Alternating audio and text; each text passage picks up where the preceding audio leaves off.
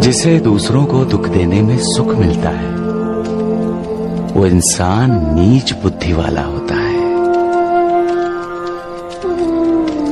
और जो दूसरों के सुख में अपना सुख ढूंढता है वो महान होता है, और जो दुनिया का सुख दुख झेल कर दूसरों की झोली में सुख डालता है वो महात्मा होता है। घर ईंटों से या मिट्टी से नहीं बनता, वो तो दीवारें बनती हैं। घर उन दीवारों में रहने वालों से बनता है, घर भी उसमें रहने वालों के दुख सुख सुनकर दुखी होता है। जब घर में रहने वाले सुखी हैं तो घर भी सुखी है, और जब घर में रहने वाले दुखी हैं तो घर को भी दुख होता है। घर बोलता नहीं है, लेकिन तुम्हारी भावनाओं को पनाह देता है। तुम्हारे गम को हल्का करने के लिए वो तुम्हारा सहारा बनता है। तुम उसके कंधों पर सर रखकर रो लेते हो। और जब घर में रहने वाले खुश होते हैं, सुखी होते हैं, तो दीवारें भी तुम्हारी खुशी में गूंजकर तुम्हारा साथ देती हैं। घर में रहने वाले कितने भी हों, घर एक इकाई है, और उस इकाई को एक बनकर रहना है। एक दूसरे का आधार बनकर, सहारा बनकर, साथी बनकर रहना है। तभी तो समाज में, देश में, संसार में एकता आएगी। क्योंकि ऐसे ही घरों से समाज, समाज से देश, और देश से संसार है। घर की इकाई टूटेगी तो घर टूटेगा, समाज टूटेगा। तो फिर हम कुछ लोग स्वार्थी होते हैं जो सिर्फ अपना सोचते हैं। कुछ लोग द्वेषी होते हैं, अपना तो सोचते ही हैं, साथ साथ दूसरों का भी बुरा सोचते हैं। उनके मन में हर चीज के लिए, हर जीव के लिए द्वेष रहता है। उन्हें किसी को खुश देखकर, सुखी देखकर अच्छा नहीं लगता। वो दिल ही दिल में जलते रहते हैं, जलते रहते हैं। ऐसे लोगों से बचना चाहिए। उनकी बातों को सुनकर पहले आजमाना चाहिए, और उनके प्रभाव में कभी नहीं आना चाहिए। सबका मालिक एक है। इंसान की सबसे बड़ी कमजोरी कौन सी है?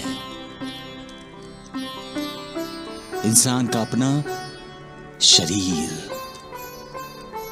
क्योंकि यह शरीर विकारों के धागों से बुना जाता है। इस शरीर के कारण ही इंसान के मन में मैं और मेरा ये अहम भाव जागता है, और इस अहम भाव की वजह से इंसान दूसरों से ईर्ष्या करता है, द्वेष करता है, उनका तिरस्कार करता है। इसी शरीर के कारण वो सोचता है कि सामने वाले को महत्व मिल रहा है तो मुझे क्यों नहीं। सब लोग उसकी जय जयकार करते हैं, मेरी क्यों नहीं। तब वो दूसरों को नीचा दिखाने के लिए साजिश करने पर उतर आता है। ये सब क्यों होता है? हम शरीर के सुख से अपने आप को सुखी मानते हैं। शरीर की बड़ाई अपनी बड़ाई मानते हैं। शरीर का अपमान इंसान अपना अपमान मानता है। लेकिन इंसान ये भूल जाता है कि शरीर और मैं दोनों अलग अलग हैं। आईने में इंसान अपने आप को देखता है, तो क्या इंसान आईने में होता है? नहीं।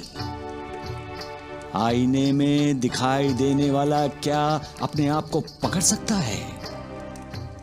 नहीं। फिर साथ क्या है?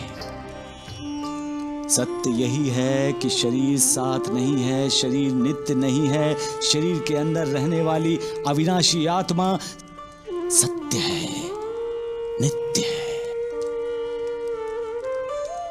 उसी अविनाशी आत्मा का परमात्मा के साथ रिश्ता जोड़ो।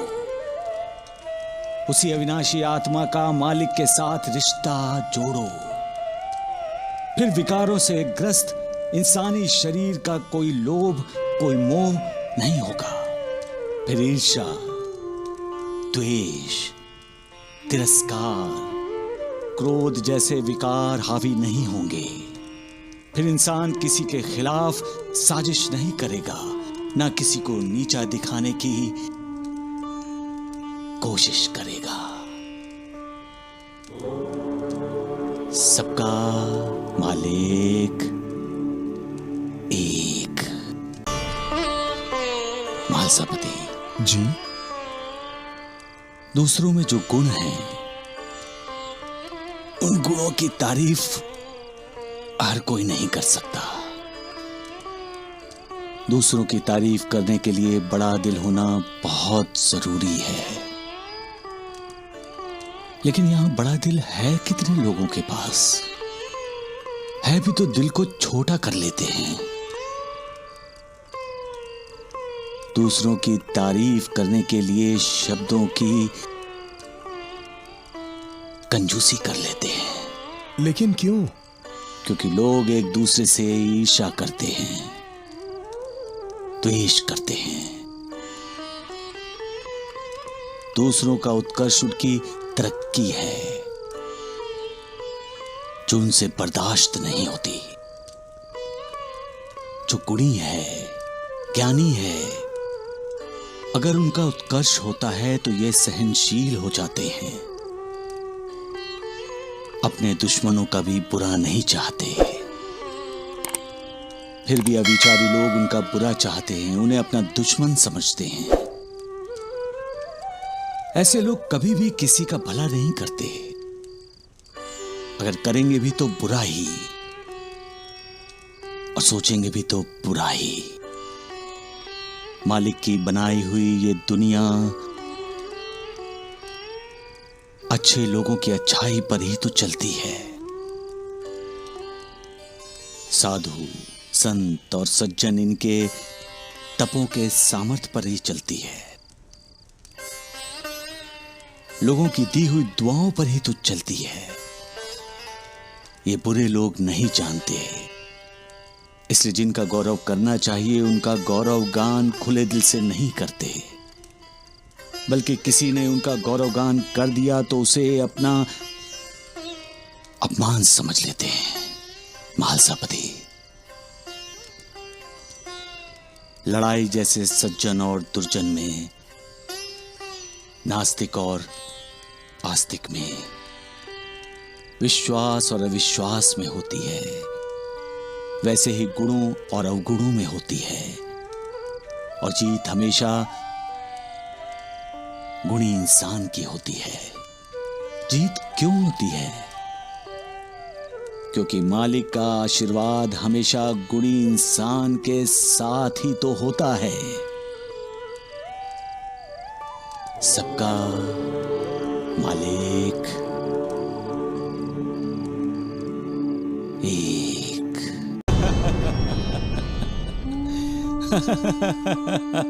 साईनाथ, क्या हुआ? आप हंस क्यों रहे हैं? मैंने इंसान का अहंकार देखा है महालसापति,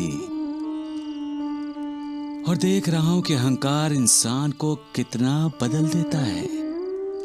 हाँ साईनाथ, अहंकारी इंसान अहंकार के ही अधीन हो जाता है। सच कहा तुमने महालसापति। जब इंसान अहंकार के अधीन होता है तो कठोर बातें करता है, अपनी बोली से हमेशा दूसरों का दिल दुखाता है, दूसरों को तुच्छ मानता है और अपने आप को सबसे ऊपर समझता है। वो ये भूल जाता है कि हम सब उस मालिक की संतान हैं।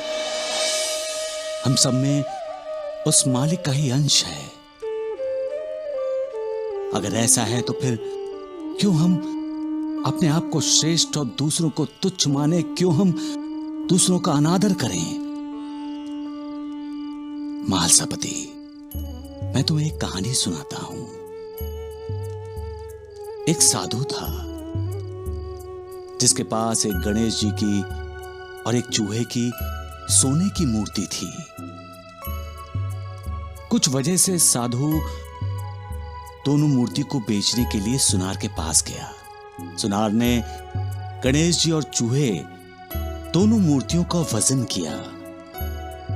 दोनों का वजन बराबर था, इसलिए उसने दोनों का पैसा बराबर दिया। साधु को यह ठीक नहीं लगा।